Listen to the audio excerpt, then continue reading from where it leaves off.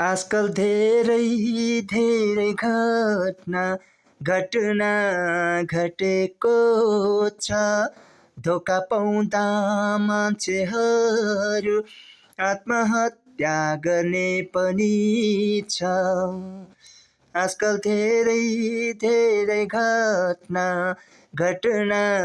घटेको छ।